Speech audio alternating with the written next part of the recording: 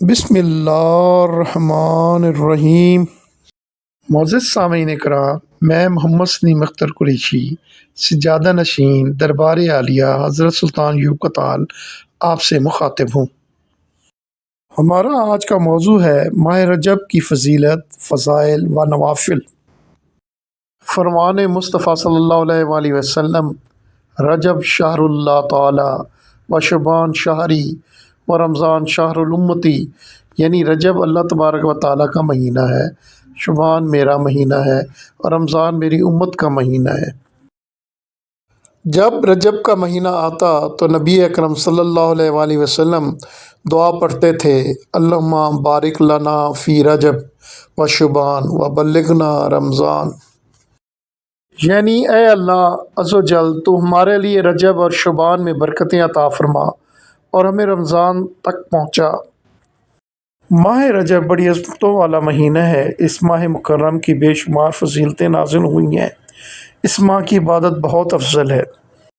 ماہ مکرم کی 15، 27 تاریخ اور آخری شب بہت محترم ہے۔ جو شخص ان ایام میں غسل کرے، اللہ تبارک و تعالیٰ اس کے تمام گناہ دھو دیتے ہیں۔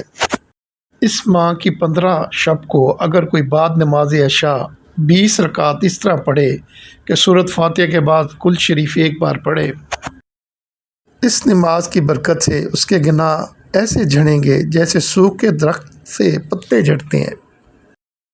شب معراج چونکہ اسی ماہ کی 27 تاریخ کو ہے تو اس رات کی خصوصی نوافل کا ذکر کرتے ہیں۔ 12 رکعت نماز نفل 3 سلام کے ساتھ پڑھنی ہے۔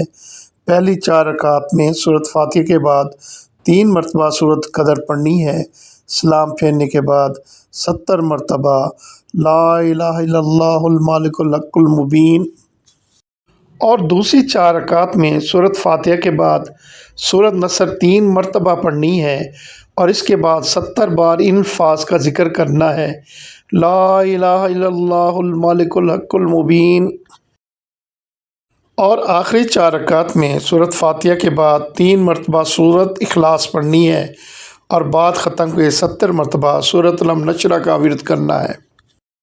فضیلت: اس عمل کی تکمیل کے بعد اپنی حاجت کی دعا مانگے، انشاءاللہ اللہ تبارک و تعالیٰ ضرور قبول کر فرمائیں گے۔ جان و مال کی حفاظت کی نفل: 27 شب کو 20 رکعت نماز نفل 2 سلام کے ساتھ پڑھنی ہے اور سورۃ فاتحہ کے بعد ایک بار سورۃ اخلاص پڑھنی ہے۔ ماہ رجب میں خیرات: حضرت سلیمان فارسی رضی اللہ تعالیٰ عنہ سے روایت ہے، حضور اکرم صلی اللہ علیہ وآلہ وسلم نے فرمایا: جس نے رجب میں کچھ خیرات کی، اس نے گویا 1000 دینار خیرات کیے۔ اللہ تعالیٰ اس کے بدن کے ہر بال کے برابر نیکی لکھے گا اور 1000 درجات بلند فرمائے گا، 1000 گناہ مٹا دے گا۔ ماہ رجب میں اگر کوئی بھائی کسی مشکل میں پڑے بھائی کی مشکل حل کر دے تو اللہ تبارک و تعالیٰ جنت میں اس کے لیے ایک وسیع محل تعمیر کر دے گا۔ سیدنا امام غزالی فرماتے ہیں: اس ماہ مبارک میں توبہ کرنے پر رحمت کا بہاؤ تیز ہو جاتا ہے، عبادت کرنے والے پر قبولیت کے انوار کا فیضان ہوتا ہے۔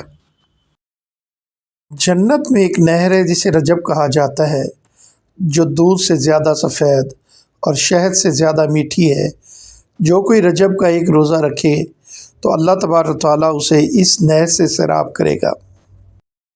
حضرت سیدنا عبداللہ بن عمر رضی اللہ تعالیٰ عنہ سے مروی ہے کہ نبی مکرم صلی اللہ علیہ وآلہ وسلم رجب میں روزہ رکھتے تھے اور اس روزے کی اہمیت بیان کرتے تھے۔